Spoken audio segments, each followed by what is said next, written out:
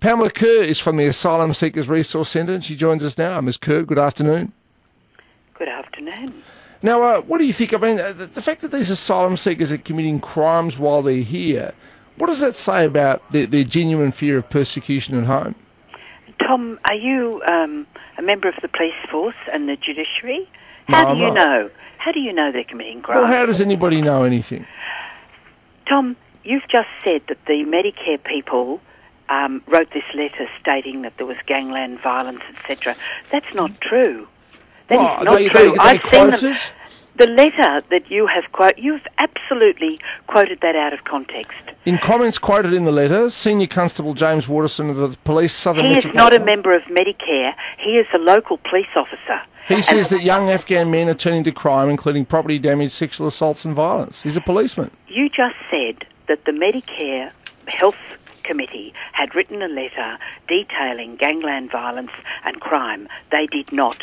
This local policeman, Waterson, made some claims that seemed to have been over-reported in the Herald Sun. So you're saying he's telling lies?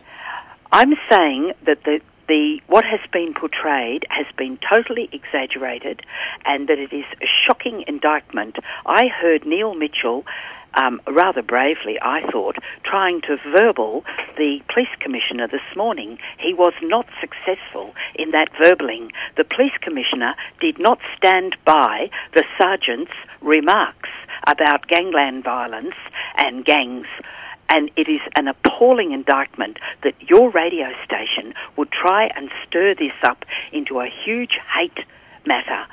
The Afghan community are the most compliant and the most law-abiding group of people who have come to our country over the last decade. Go and look at the evidence, the stats, and you will find there are very few, if any, Hazaras in our prison system or in our judiciary.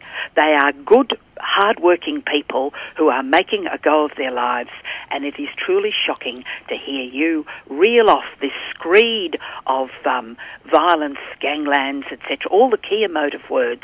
It was not said by that health committee. They wrote to the government and they were asking for more resources to help with a vulnerable population who were being dumped in their community with no money, no housing, and in appalling circumstances. And that's a very different story. But anyway, Tom, you believe what you want to believe. I will be following up with the Medicare group and finding out how they feel about having their letter misrepresented on 3AW. All right, fine. Absolutely. Go ahead. Good afternoon. All right, good afternoon to you too. Well, there you have it. Jeez, honestly, all I'm saying is here, if these people commit crimes, send them home. I mean, this is the problem with people who work with asylum seekers and whatever. No one ever wants to admit that asylum seekers might break the law. And I'm simply saying while they're here on bridging visas, if they don't commit a crime, they're welcome to stay, assuming they're assessed to be genuine asylum seekers. I've read the articles here. I've seen what the police say. The police are in a difficult situation at the moment. A very difficult situation, because some of them have said some racist things. They had that silly thing with the coffee mugs, which had the bottom feeding fish on it. So as a result, understandably, the police commissioner is rather reluctant to go there right now. But the fact is, crimes are being committed, and all I'm saying is that if you are on a bridging visa in this country and you commit a crime, you should be sent back, just as if you are on parole. If you're a prisoner and you're out on parole and you commit a crime, you should go straight back to prison. It's exactly the same. That sort of behaviour is completely unacceptable.